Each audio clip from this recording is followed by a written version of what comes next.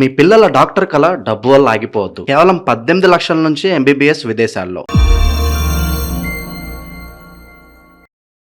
అందరికీ నమస్కారం. నేను శిరీష. ప్రస్తుతం మనతో పాటు ఉన్నారు ప్రముఖ ఆధ్యాత్మికవేత్త, జ్యోతిష్య పండితులు రామదాస్ శర్మ గారు. గురుగారితో మాట్లాడతాం. నమస్కారం గురుగారు. నమస్కారం. గురుగారు, ఆగస్టు మాసంలో ధనుసు రాశి వారికి ఎలా ఉందంటారు? ఎలాంటి జాగ్రత్తలు తీసుకోవచ్చు అంటారు? ఆర్థిక పరంగా, ఆరోగ్యపరంగా ఈ మాసంలో వీరి యొక్క గ్రహ గోచారం ఏంటంటారు? ధను రాశి వారికి కొంతకాలంగా కొంచెం సమయం బాగలేదు. దానికి కారణం ఏంటంటే 4వ స్థానంలో శని భగవాన్ సంచారం.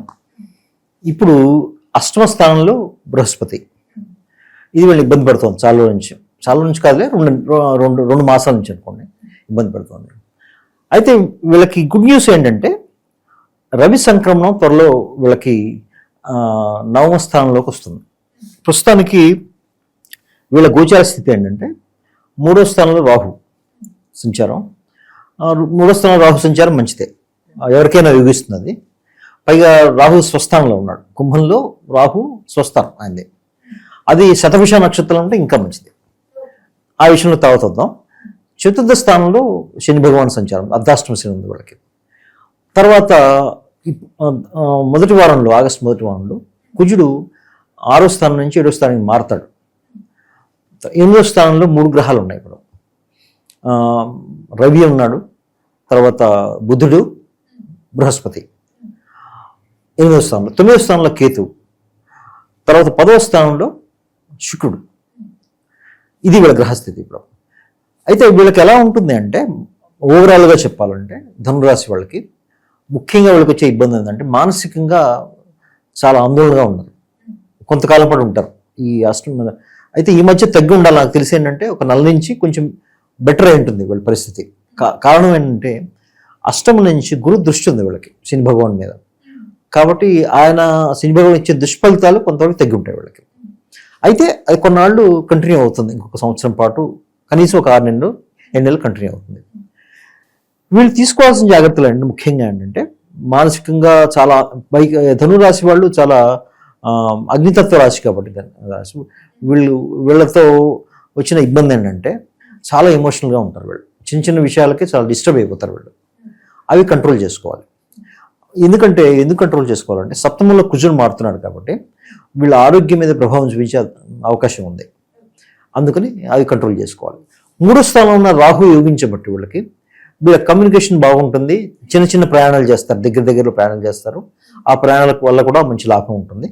తర్వాత వీళ్ళ అక్క చెల్లెళ్ళు, అన్నదమ్ములు, తోబుట్టువులు అంటారు కదా, వాళ్ళతో మంచి సంబంధాలు ఉంటాయి. అది బాగానే ఉంది, అంతవరకు బాగానే ఉంది.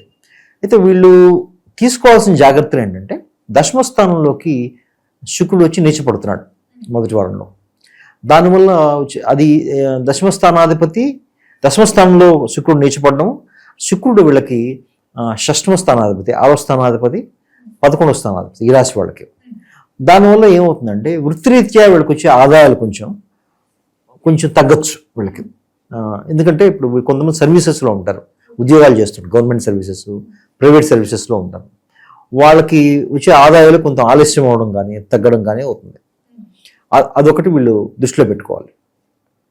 ముఖ్యంగా ఓవరాల్గా చూడాలంటే వీళ్ళకి ఒక 50% బాగుందని 50% బాగుందని చెప్పచ్చు. కొన్ని పరిహారాలు చేసుకుంటే కొంత మెరుగవచ్చు వీళ్ళకి. మరి విద్యార్థులకు ఎలా ఉంటుందంటారు ఈ మాసంలో? విద్యార్థులకి కొంచెం గడ్డు కాలమేమ్మా. ఎందుకంటే చతుర్థంలో శని భగవాన్ సంచారం వల్ల వీళ్ళకి ఫోకస్ అనేది ఎక్కువ ఉండదు వీళ్ళకి. అయితే అంతకుముందు నెలల కంటే ఇప్పుడు కొంచెం బెటర్నే చెప్పాలి. గురు దృష్టి వల్ల, శని భగవాన్ వల్ల. అంతకుముందు ఇంకా పరిస్థితి దారుణంగా ఉండేది 3-4 నెలల క్రితం. ఇప్పుడు కొంచెం మెరుగుపడింది. అయితే మధ్యస్థంగా ఉందండి, ఉంటుంది. పెద్ద గొప్పగా ఉంటుందని చెప్పలేం కానీ మధ్యస్థంగా ఉంది వాళ్ళకి. ఆరోగ్యపరంగా ఎలా ఉంటుంది? ఆరోగ్యపరంగా మధ్యస్థంగా ఉంటుంది మా వీళ్ళకి. మధ్యస్థంగా ఉండే పెద్ద సమస్యలు ఏం లేవు కానీ వీళ్ళకి మధ్యస్థంగా. అయితే వీళ్ళకి ఒక కొన్ని తేదీలు చంద్రాష్టమం అవుతుంది వాళ్ళకి. ఆ తేదీలు చెప్తాను. ఆ తేదీలు 11, 12 మధ్య, 11, 13 మధ్య 3 రోజులు ఉంటుంది వీళ్ళకి. 11, 12, 13 ఈ 3 రోజుల మధ్య చంద్రాష్టమం అవుతుంది వాళ్ళకి. ఈ చంద్రాష్టమ సమయంలో కొంచెం ఆరోగ్యం జాగ్రత్త చూసుకోవాలి. అంత తప్పించి ఆరోగ్యం విషయంలో పెద్ద సమస్యలు వచ్చే అవకాశం లేదు. ఓవరాల్ గా చూసుకుంటే వీళ్ళకి ప్రథమార్థం బాగుంటుందంటారా, అమావాస్య తర్వాత ద్వితీయార్థం బాగుంటుందంటారా? వీళ్ళకి ప్రథమార్థమే బాగుంటుంది వీళ్ళకి. ఎందుకంటే కుజుడు స్థానం మాత్రం 7వ స్థానానికి వెళ్తాడు. తర్వాత శుక్రుడు గోచారం బాగలేదు. ప్రథమార్థమే కొంచెం బాగుంటుందని చెప్పాలి వాళ్ళు. మరి గురువు గారు ఈ ధనుసు రాశి వారికి ఒక హెచ్చరిక జాగ్రత్త లాంటిది ఈ మాసంలో ఏదైనా ఉంటే ఒకసారి తెలియజేయండి. వీళ్ళు కుటుంబంతో కొంచెం కలహాలు వచ్చే అవకాశం ఉంది. కుటుంబం పట్ల జాగ్రత్తగా ముఖ్యం ఉండాలి. భార్యాభర్తల మధ్య అవి కొంచెం జాగ్రత్తగా చూసుకోవాలి. ఏ విషయంలో తొందరపడి ఎదుటివాడు ఒక మాట అనడం, దాని తర్వాత వీళ్ళు నొచ్చుకునే అవకాశాలు ఎక్కువ ఉన్నాయి. కాబట్టి ఆ విషయంలో కొంచెం జాగ్రత్తగా ఉండాలి వీళ్ళు. అదొక చాలా చాలా ఇంపార్టెంట్ థింగ్. తర్వాత ఆరోగ్య విషయంలో ధనం ఖర్చు పెట్టే విషయంలో కొంచెం జాగ్రత్తగా ఉండాలి. పైగా ఏంటంటే వీళ్ళకి ఉద్యోగం చేసే ప్లేస్లో వీళ్ళకి కొంచెం వివాదాలు వచ్చే అవకాశం ఉంది. కాబట్టి ముఖ్యంగా మహిళలతో ఆ విషయంలో కొంచెం జాగ్రత్తగా ఉండాలి. ఉంటే సరిపోతుంది వాళ్ళకి. మరి గురుగారు ఎవరైతే ఉద్యోగ వ్యవస్థలో ఉన్నారో, ఉద్యోగ రంగంలో ఉన్న వారికి కూడా ఎలా ఉంటుంది అంటారు? ఉద్యోగం వెతుకుతున్న వాళ్ళకి కొంచెం ఆలస్యమయ్యే ప్రమాదం అయితే ఉంది ప్రస్తుతానికి. ఎందుకంటే శని భగవాన్ దృష్టి 10వ స్థానం మీద ఉంది, ఆలస్యం అవుతుంది.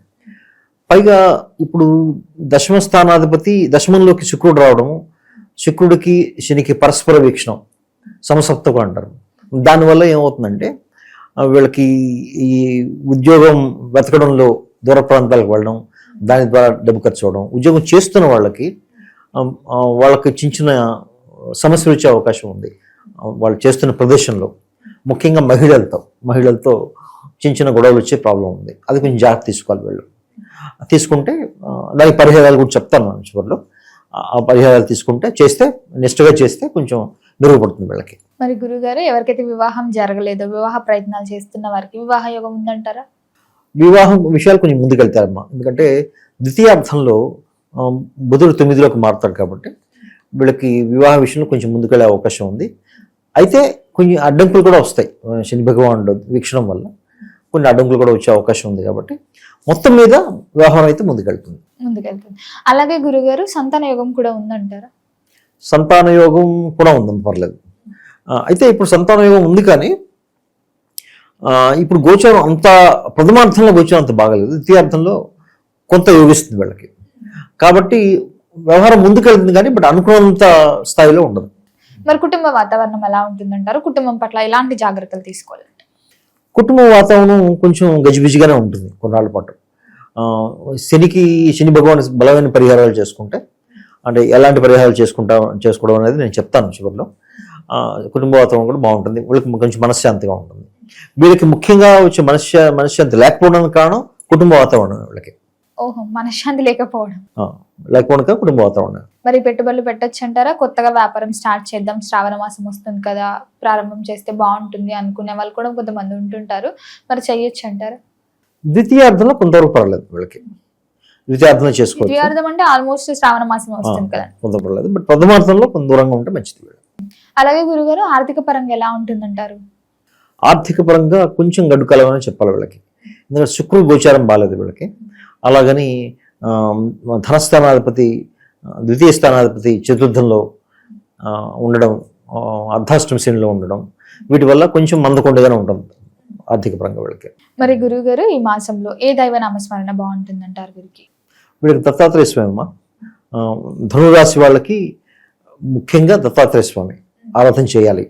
అష్టమంలో బృహస్పతి ఉన్నాడు కాబట్టి. ఈ అర్ధాష్టమి శని తప్పించుకోవడానికి, దాని ప్రభావం తప్పించుకోవడానికి హనుమాన్ చాలీసా పారాయణం చేస్తే వీళ్ళకి ఈ మాసం అంతా బాగుంటుందని చెప్పొచ్చు. గురుగారు మొత్తం మీద ఆగస్టు మాసంలో ధనుసు రాశి వారికి ఎలా ఉంది, ఎలాంటి జాగ్రత్తలు తీసుకోవాలి తెలియజేసినందుకు ధన్యవాదాలండి. ధన్యవాదాలు.